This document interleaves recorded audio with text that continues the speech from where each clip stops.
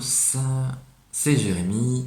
On se retrouve pour une vidéo sur intention, oui ou non. Alors souvent dans les soins énergétiques, on parle d'intention, c'est-à-dire la volonté de guérir la personne ou en tout cas de laisser l'énergie agir. Peut-être certains d'entre vous seront offusqués par le mot volonté, mais en fait c'est souvent ce qu'il se passe, hein. À un niveau ou à un autre, c'est notre volonté individuelle qui va pousser un petit peu l'énergie. Alors, on parle également de pensée positive euh, et de laisser les soins agir par ce biais. Le problème que je vois, c'est qu'à chaque fois, c'est issu du mental. C'est-à-dire qu'il y aura une manipulation du réel sous une forme que je pourrais appeler fantasmagorique, et qui va donner effectivement une création, entre guillemets, réelle dans notre monde matériel, et qui va peut-être effectivement aider la personne, mais qui va cependant se trouver limitée par les croyances, par la culture, par l'expérience de la personne, des personnes, et de cet univers restreint. Alors, c'est pas forcément mauvais, puisque ça peut avoir des répercussions très positives, mais comme je le disais, c'est un petit peu limitant.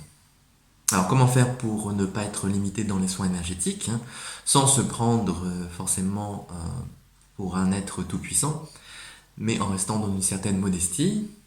Eh bien justement, c'est de ne pas mettre d'intention.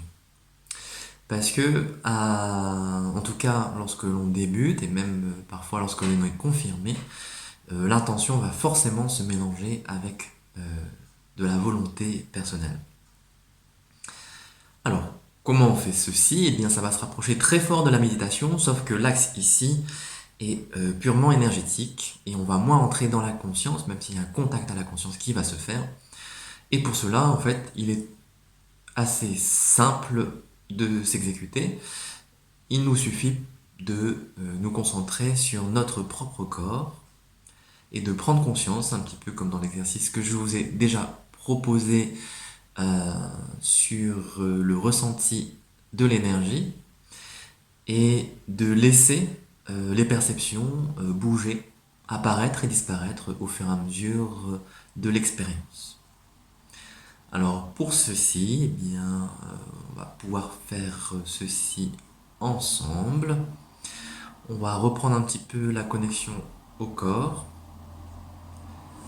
Vous pouvez fermer les yeux pour vous aider.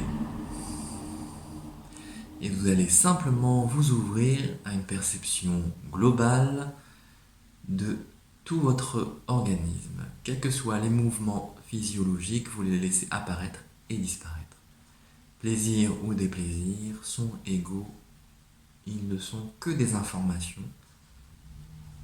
Vous êtes observateur, observatrice de ce corps, mais vous ne faites rien de ces observations. Juste une présence aux sensations.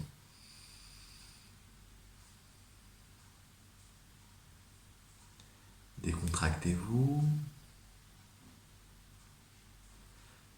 Laissez votre attention parcourir l'ensemble de votre corps, dans les jambes,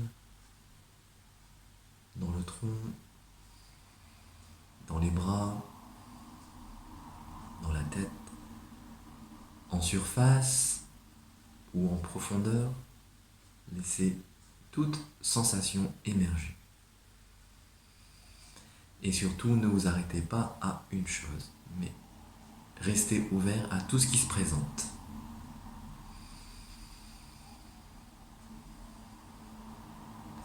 Prenez quelques secondes pour apprécier cet état de décontraction et de présence à vous-même.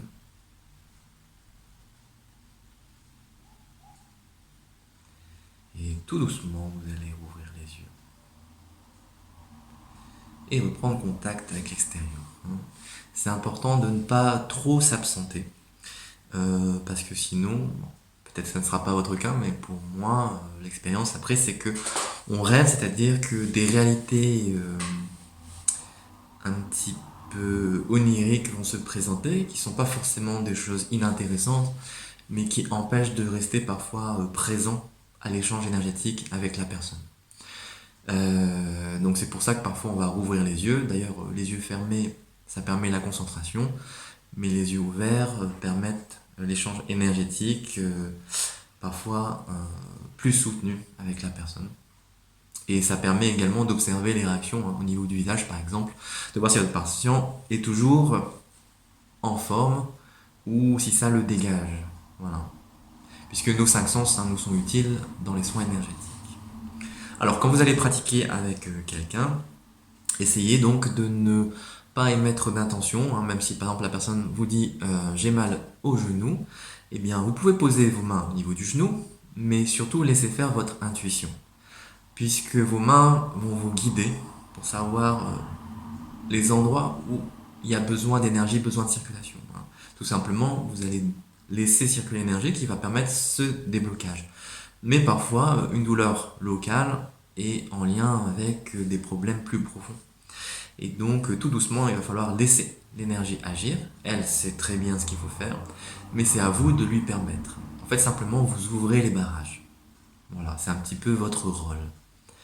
Et puis, à chaque fois que vous vous rendez compte que vous essayez de reprendre la maîtrise de la séance, eh bien, revenez simplement un état d'attention à votre corps et aux sensations.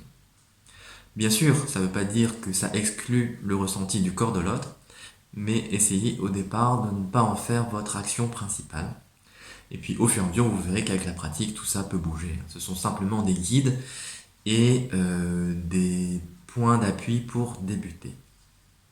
Voilà, j'espère que ça vous aura aidé et que ça vous aidera aussi à approfondir votre pratique.